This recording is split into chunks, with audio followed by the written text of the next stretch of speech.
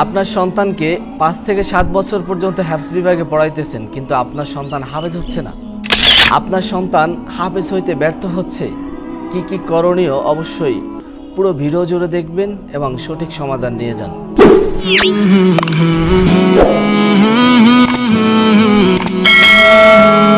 আসসালামু আলাইকুম রহমতুল্লাহি ওয়া সম্মানিত দর্শকবৃন্দ, যারা আমার পেজটি এবং আমার ইউটিউব চ্যানেলটি যথাযথভাবে সবসময় ফলো করেন, আমার কথা আলোচনাগুলো শুনেন, আপনাদের সকলের জন্যই সবসময় আমি নিয়ে আসি নতুন কিছু এবং আপনাদের উপকার আসবে এরকম কিছু ভিডিও মেকিং করার চেষ্টা করি।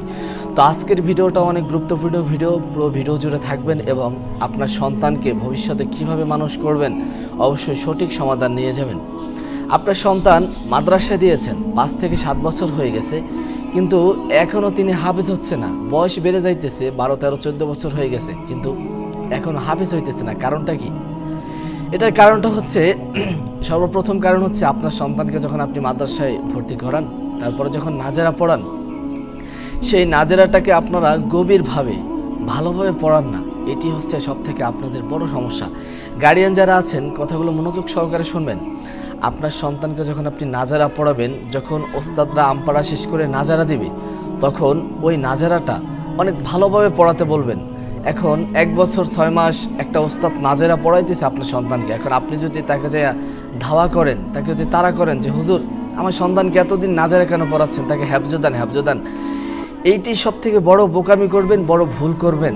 আপনার সন্তানকে আপনি নাজারা যত সুন্দরভাবে পড়াবেন, যত চালু করে পড়াবেন, কোরআন শরীফটা দেখে যত চর্চা করাবেন, তত আপনার সন্তান তত তাড়াতাড়ি হাফেজ হইতে পারবে এবং অতি দ্রুত কোরআন শরীফটা হেফজ করতে পারবে, মুখস্থ করতে পারবে। আপনারা এই ভুলটা কখনো করবেন না। একটা ওস্তাদ যখন নাজারা পড়াবে, তখন তাকে আরও সময় দিবেন, সে সুন্দরভাবে নাজারা পড়াবে। একটা সন্তানের, আপনার সন্তানের নাজারাটা এমনভাবে পড়াতে হবে যেন একটা হাফেজ তেলাওয়াত করতেছে, মানসম্মত নাজারা যাতে হয়। এই বিষয়টা আপনারা সকলে ফলো রাখবেন, তাহলে আপনার সন্তানের হেফজ সর্বোচ্চ 1.5 বছর কিংবা 2 বছর, এর বেশি আশা করি লাগবে না। দ্বিতীয়তম প্রশ্ন হচ্ছে, আপনার সন্তান মাদ্রাসায় পড়াইতেছেন, 2-3 বছর পড়ানোর পরে এখন আর মাদ্রাসায় পড়বে না, পড়াইতে পারতেছেন না। এটা করণীয় কি? আমি বলবো এই যে আপনার সন্তানটা মাদ্রাসায় পড়বে না, আপনার সন্তানটা মাদ্রাসায় পড়বে না, পড়তে চাচ্ছে না, এটার একান্ত দোষ, একমাত্র দোষ শুধু আপনাদের গার্ডিয়ানদের। আপনার সন্তানকে আপনি যখন মাদ্রাসায় পড়ান বা মাদ্রাসায় ভর্তি করান, যখন হিফজ করানোর জন্য যখন মাদ্রাসায় ভর্তি করেন, আপনার সন্তান যখন হিফজ করবে, সেই অবস্থায় হিফজ করারত অবস্থায় মাদ্রাসায় থাকা অবস্থায় আপনি প্রতি সপ্তাহের আগামাতায় আসেন ছুটির জন্য, ছুটির আবেদনের জন্য। ছোট্ট একটা অনুষ্ঠান হচ্ছে, অনুষ্ঠানের জন্য আপনার সন্তানকে আপনি ছুটি নিয়ে যাচ্ছেন। বাড়িতে ভালো একটু রান্না করতেছেন, সেটার জন্য আপনার সন্তানকে আপনি বাড়িতে ফোন দিয়ে নিয়ে যাচ্ছেন। আসলে এই বিষয়গুলো আপনাকে সম্পূর্ণভাবে কোরবানি করতে হবে। এই বিষয়গুলো যদি আপনি কোরবানি করতে পারেন, আপনার সন্তান অতি দ্রুত ভালো একজন অভিজ্ঞ হাফেজ হতে পারবে। আপনি প্রতি সপ্তাহে বৃহস্পতিবার আপনার সন্তানকে বাড়িতে নিলেন, নেওয়ার পরে আপনার সন্তান একদিন বাড়িতে থাকলো, শুক্রবার পাঠাই দিলেন বা শনিবার পাঠাই দিলেন।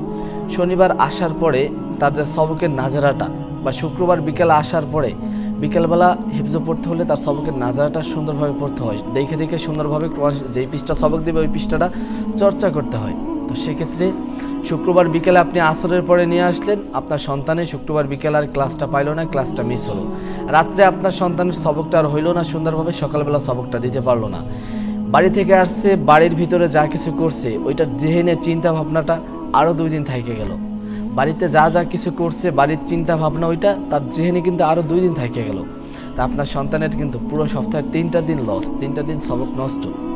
এই দেখা যায় এভাবে আপনার সন্তানকে যদি আপনি প্রতি সপ্তাহে বাড়িতে নিয়ে যান, তারপরে দেখা যাচ্ছে আপনার সন্তান ওই এক সপ্তাহে 3 দিন করে লস, প্রতি সপ্তাহে এভাবে করতে অনেক সময় লেগে যাইতেছে। দেখা যায় 3 বছর হয়েছে মাত্র 15 পড়া, 4 বছর হয়েছে মাত্র 10 পড়া, এভাবে হইতেছে।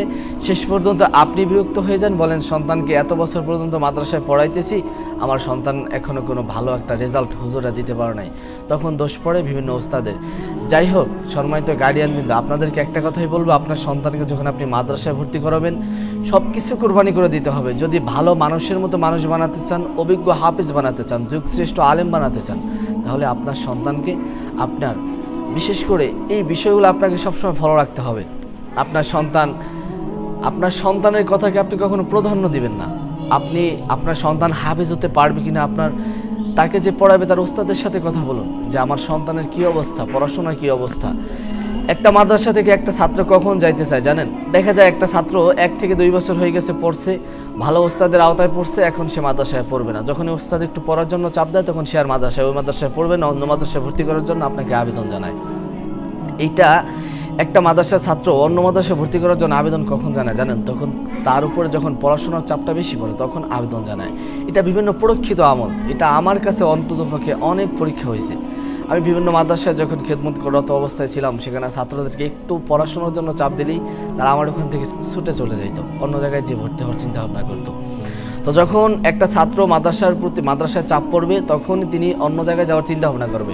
ওই অবস্থায় আপনি তার শিক্ষকের সাথে যোগাযোগ করবেন, পড়াশোনার সমস্ত ব্যাপার নিয়ে শিক্ষকের সাথে যোগাযোগ করবেন এবং শিক্ষকের কাছ থেকে পরামর্শ নেবেন যে আপনার সন্তান কিভাবে মানুষ হবে, আপনার সন্তান কতদিনে মানুষ হবে, আপনার সন্তান কতদিনে হাফেজ হবে, আলেম হবে। এই বিষয়গুলোতে আপনি শিক্ষকের সাথে যদি আপনার বন্ডিংটা ভালো রাখেন তাহলে কিন্তু আপনার সন্তান মানুষের মতো একটা মানুষ হতে পারবে। এবং আপনার সন্তানের পড়াশোনার সমস্ত খোঁজ খবর নেবেন, প্রতি সপ্তাহে আপনার সন্তানের পড়াশোনার খোঁজ নেবেন। যখন সপ্তাহে একবার দেখতে আসবেন ছাত্রকে তখন জিজ্ঞেস করবেন, তার বই চেক করবেন, তার হুজুরকে জিজ্ঞেস করবেন যে কত পড়া হয়েছে, কী হয়েছে, এরকম সন্তানের পড়াশোনার খবর নেবেন, খোঁজ নেবেন। তখন দেখবেন আপনার সন্তান ভালো একটা অভিজ্ঞ মানের হাফেজ এবং আলেম হতে পারবে। এখন আল্লাহর রাস্তায় মাদ্রাসায় নিয়ে যদি আপনি সাইরা দেন, মাদ্রাসায় নিয়ে যদি আপনি রাইখে আসেন, বছরও একবার সুযোগ নাই, জিজ্ঞেস করেন না যে বছরে একবার যে বাবা তোমার কী অবস্থা, কতটুকু পড়াশোনা করছো, ওস্তাদকে যদি জিজ্ঞেস না করেন বছরে একবার যে আমার সন্তানের কী অবস্থা, তাহলে আপনার সন্তান বছরের পর বছর চলে যাবে, কখনো তিনি মানুষ হবে না।